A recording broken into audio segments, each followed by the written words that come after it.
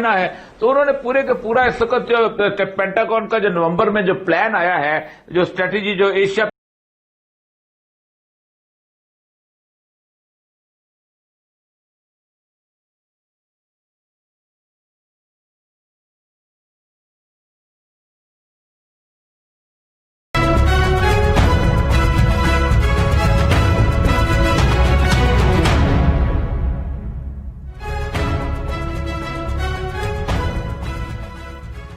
Programme میں آپ کو خوش آمدید کہتے ہیں. میں اسد اللہ خان ہوں. اس وقت خطے کی سب سے اہم خبر جو انویسٹمنٹ جو ہے وہ کر رہا ہے، اس کے علاوہ وہاں پر ٹیلی کام سیکٹر میں یہ انویسٹمنٹ ہوگی، اور سب سے اہم جو بات ہے وہ یہ کہ بندرگاہوں اور پھر جو ریلوے کا سسٹم ہے اس پر انویسٹمنٹ چائنا کرے گا.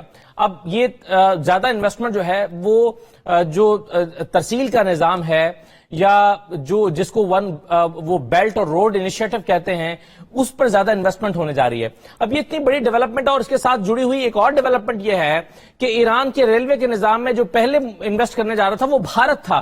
چابہار سے لے کر زاہدان تک اور پھر وہاں سے زرنج تک جو ایک ریلوے ٹریک بنانے کا منصوبہ تھا جس کے ذریعے بھارت افغانستان جانا چاہتا تھا، اس سے بھارت کو نکال دیا گیا یا نکل گیا یا نکلنے کے امکانات پیدا ہو گئے ہیں، اور اب چائنا اس کی جگہ لے گا. تو بھارت کا وہ جو خواب تھا کہ چابہار کو استعمال کرتے ہوئے افغانستان چلا جائے اور وہاں کی منڈی میں اپنا مال بھیجے، وہ خواب اس کا اب شرمندہ تعبیر ہوتا نظر نہیں آتا. اس کے ساتھ ساتھ چائنا کی پاکستان کے بعد پھر ایران میں انویسٹمنٹ، اور پھر روس اور ترکی اگر اس میں شامل ہو جائیں تو اس کو سی پیک پلس کا نام دیا جا رہا ہے یا گولڈن رنگ کا نام دیا جا رہا ہے. اب یہ بہت امپورٹنٹ ڈیولپمنٹ ہے جس کے حوالے سے خبریں عالمی میڈیا میں گردش کر رہی ہیں. خود ایران میں 18 صفحات کا ایک جو ڈاکیومنٹ ہے، جو معاہدہ ہے مجوزہ، اس کا ڈاکیومنٹ گردش کر رہا ہے، لیکن ابھی اس کی اسٹریٹجک پوائنٹ آف ویو سے شاید تصدیق نہیں کی گئی، لیکن تردید بھی نہیں کی گئی، یعنی یہ معاہدہ ہونے جا رہا ہے. اب اس پر آج ہم گفتگو کریں گے اپنے پروگرام میں، اور کہ اس کے مختلف پہلو کون کون سے ہیں، اور اس پر بھارت کو جو تکلیف ہے وہ کیوں ہو رہی ہے، بھارت کے کن مفادات کو نقصان پہنچے گا.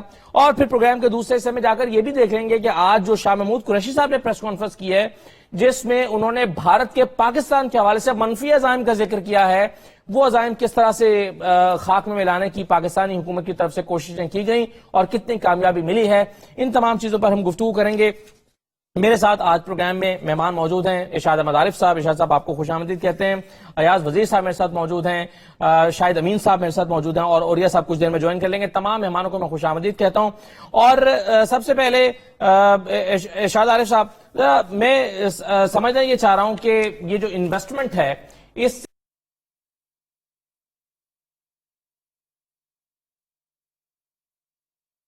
خطے میں جب چین کا کردار بڑھتا ہے، چین مضبوط ہوتا ہے، تو بھارت خود بخود کمزور ہوتا ہے، کیونکہ بھارت کے جارحانہ استعماری عزائم ہیں. جی بھارت جو ہے وہ سوچتا ہے اس علاقے کی منی سپر پاور کے طور پر اپنے آپ کو ایمرج کرنا، اور بھارت یہ سوچتا ہے کہ میری بالادستی ہو اس خطے میں. یہ پاکستان ہے، بنگلہ دیش ہے، سری لنکا ہے، ان کی حیثیت بھوٹان کی ہو، ان کی حیثیت نیپال کی ہو، اور اس کے بعد پھر وہ چائنا سے بڑے ریاست کے طور پر، بڑی طاقتور ریاست کے طور پر اپنے آپ کو دنیا کے سامنے متعارف کرا سکتا ہے.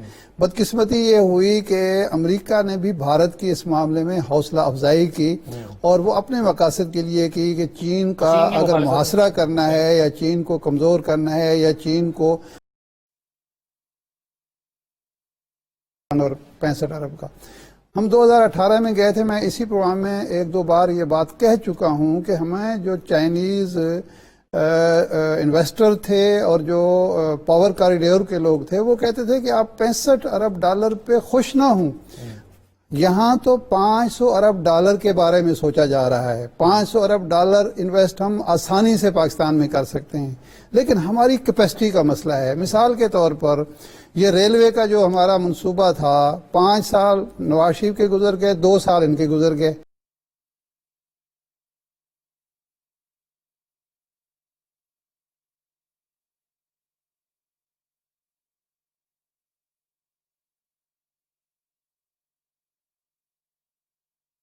منصوبے سوچتے ہیں. 400 ارب ڈالر ایران میں اگر انویسٹ کرنا چاہتا ہے चाइना, तो ईरान की वो पोजीशन तो नहीं है खित्ते में जो पाकिस्तान की पोजीशन है, और हमारी दोस्ती का जो मेयार है या सतह है वो ईरान की नहीं है। अगर वहाँ 400 अरब डॉलर हो रहे हैं, इन्वेस्टमेंट तैयार है, तो हमें 500 अरब की तवक्को करनी चाहिए, लेकिन हमने 7 साल में कुछ भी नहीं किया। हम वही इन्वेस्टमेंट जो 65 अरब डॉलर की वो भी मुकम्मल नहीं कर पाए। तो ये हमारी वो है। और फिर दूसरी 2 चीजें और हैं जो मसला है, वो एक ये है कि हमारी जो आपस की लड़ाइयाँ हैं कि पार्लियामेंट में लड़ाई हो रही है, सियासत के मैदानों में लड़ाई हो रही है, इदारे के आपस के अंदर सियासी इस्तेहकाम नहीं है। तो चीन अगर अपनी इन्वेस्टमेंट यहाँ चाहेगा तो इस्तेहकाम भी चाहेगा, वो ऐसी हुकूमत भी चाहेगा जहाँ उसका पैसा महफूज हो, करप्शन भी ना हो और अदम इस्तेहकाम भी ना हो, तो वो भी हम प्रोवाइड करने में यानी अभी तक नाकाम चले आ रहे हैं।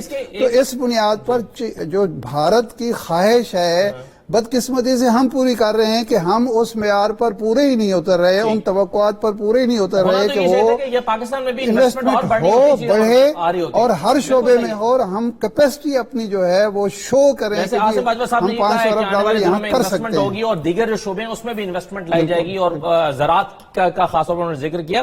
बिल्कुल ठीक है। इसमें अयाज वज़ीर साहब, अब ये एक रीजन तो ये भी हो सकती है कि वहां पर इम्कान पैदा हो रहा था कि भारत आकर अपना तसल्लुत कायम कर लेगा, तो चाइना के पेश नजर स्ट्रेटेजिक पॉइंट ऑफ व्यू से भी होगा कि भारत को रोका जा सकता है अगर वहां पर ज्यादा इन्वेस्टमेंट लेकर आए। आप इस इन्वेस्टमेंट को किस तरह से देखते हैं? 400 अरब डॉलर की बड़ी इन्वेस्टमेंट है जो चाइना ईरान में करने जा रहा है।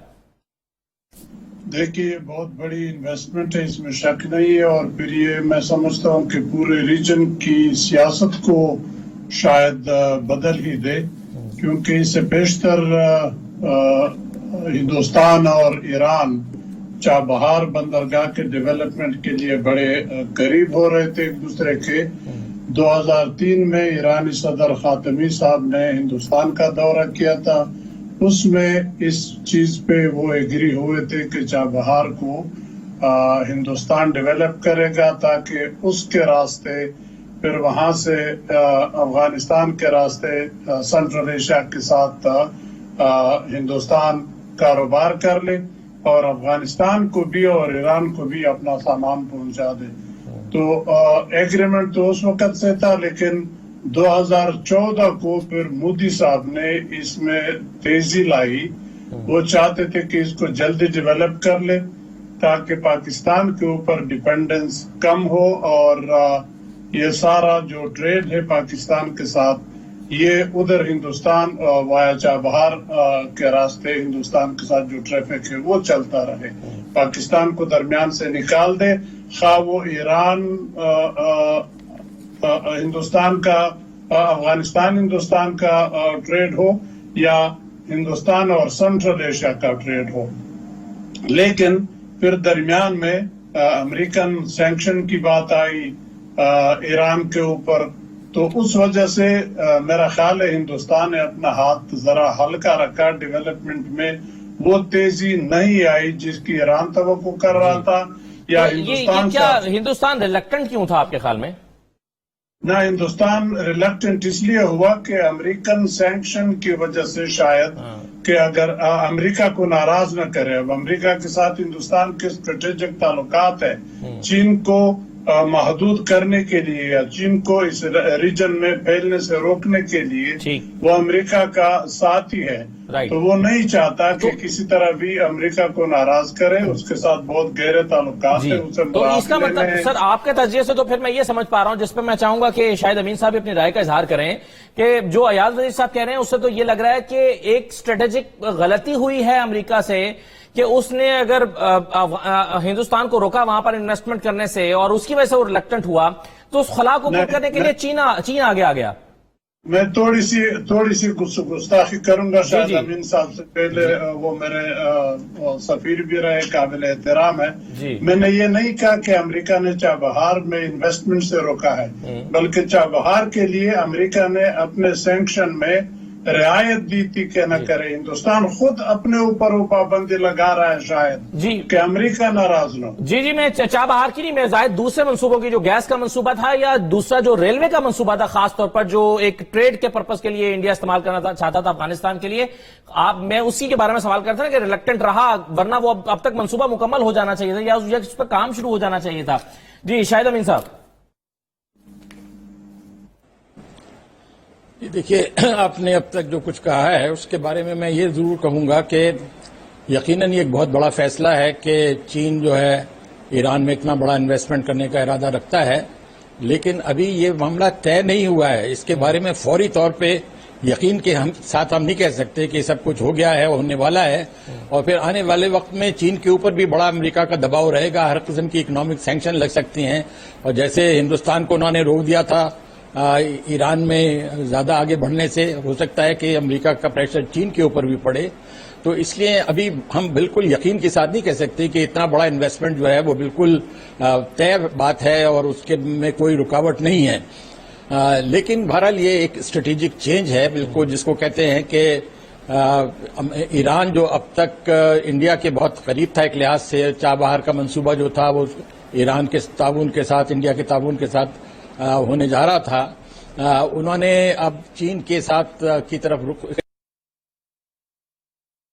से बाहर तो नहीं किया है, लेकिन कम से कम जो उनका रोल था कि वो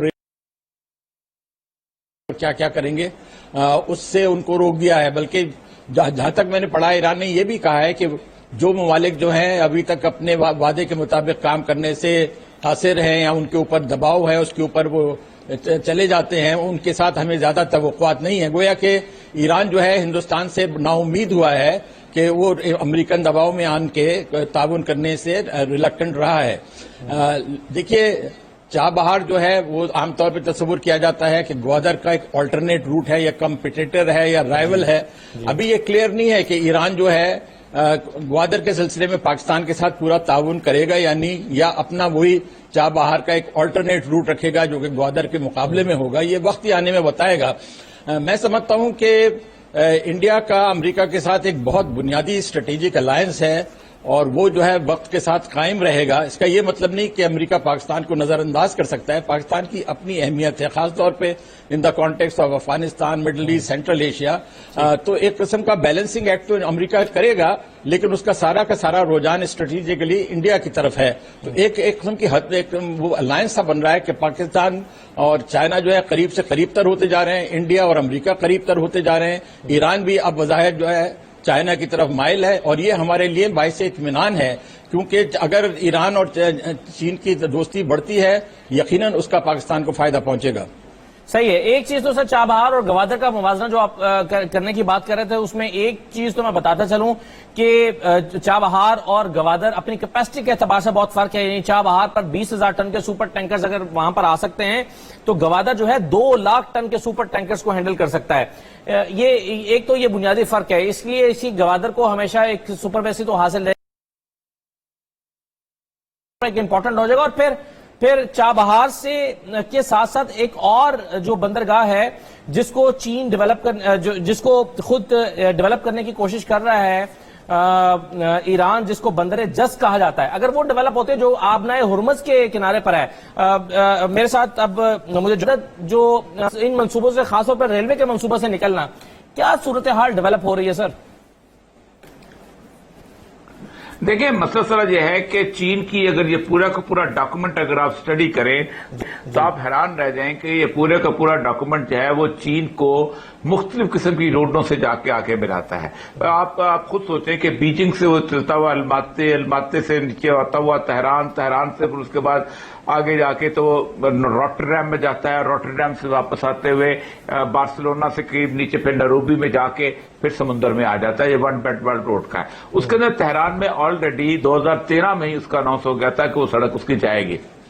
अब तेहरान को उन्होंने जो नीचे पूरा इलाका है जो उसको मार्केटों से जोड़ना और बाकी चीजें करना, उसका मंसूबा था। उसमें पहले इंडियन पॉलिसीज वहां मौजूद थी और इंडियन जो थी वो बड़े अरसे से अमेरिका की बेहस्त के ऊपर ईरान में उसी के हवाले से दाखिले होते हैं। जो मशहूर ज़रिंज और दिलाराम वाली रोड है और जिसको बाद में फौरन तौर पर 2009 में तालिबान ने कब्जा कर लिया था, उसी का एक शाखसाना था। اصل میں چابہار کی جو ٹوٹل کیپیسٹی ہے that is 1 million barrel per day, جبکہ اس وقت جو گوادر ہے 10 billion barrel per day. Chabahar جس جگہ پہ موجود ہے وہ اسٹیٹ آف ہرمز سے باہر اس طرح نہیں آتا کہ اس کو آپ کو پرماننٹ ڈریجنگ چاہیے ہوتی ہے اس پورے علاقے کے اندر، جبکہ گوادر ان پورٹس میں سے ہے کہ جہاں آپ کو ایک نیچرل سی پورٹ ہے، وہاں آپ کو کسی قسم کی ڈریجنگ کی ضرورت نہیں۔ دوسری چیز یہ ہے کہ وہ اس کا جو سامنے کا علاقہ ہے جہاں یو اے ای اور اپنا وہ علاقہ بنتا ہے اپنا مسقط کا کونا، اس کونے کے اوپر امریکن انفلوئنس بہت شدید قسم کا موجود ہے۔ اور آپ اندازہ کریں نا کہ اس وقت جو کنٹینمنٹ آف چائنا کی جو پالیسی ہے، جب میں 2011 کا وہ آرٹیکل ہیلری کلنٹن کا پڑھ رہا تھا، اس نے لکھا تھا ہارنسنگ، آپ دیکھیں کتنا یہ ان ڈپلومیٹک ورڈ ہے، harnessing the growth and dynamism of the Asia is our top priority.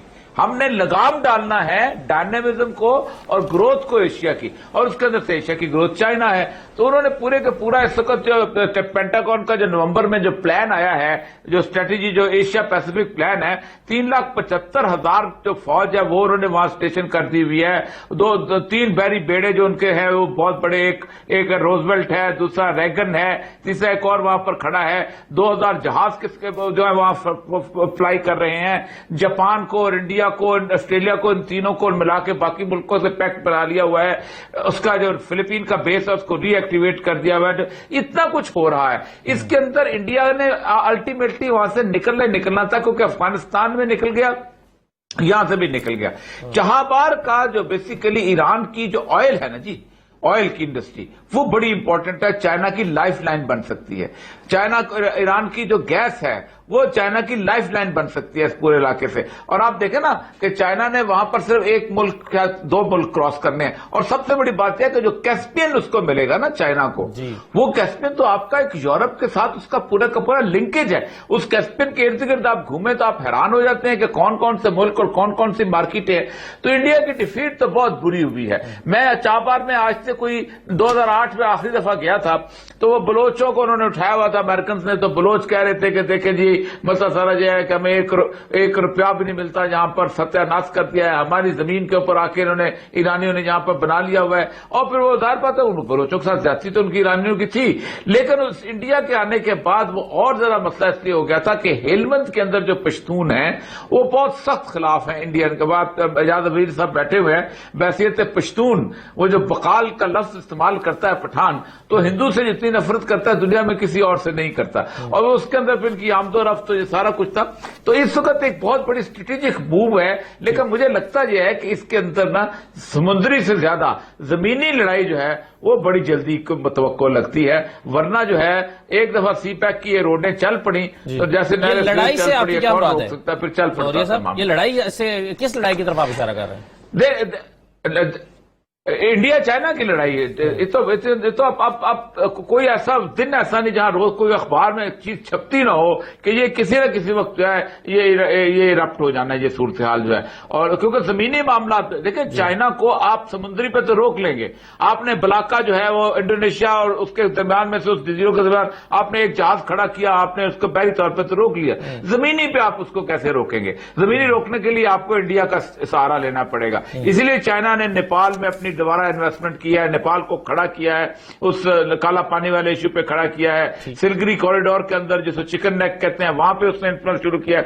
China جو ہے اس وقت بالکل ایسی ہے کہ جیسے کوئی بیچارہ خرگوش جو ہے نا وہ بھیڑیوں میں پھنس جاتا ہے نا، چاروں طرف سے گھیرا اس کو ڈالا گیا، لیکن اس نے اس کی جو کاؤنٹر جو اس کا سسٹم اس نے لانچ کیا ہے۔ میں ابھی پڑھ رہا تھا آسٹریلین اس کی بہت بڑی اسٹڈی بنی ہے، انہوں نے US سینٹر کی اسٹڈی کی، انہوں نے کہا کہ امریکہ does not enjoy the supreme power, military power of the world۔ امریکہ کی انویسٹمنٹ اتنی ختم ہو چکی ہوئی ہے ماڈرن ٹیکنالوجی کے اندر، وہ کرتے ہی نہیں ہیں۔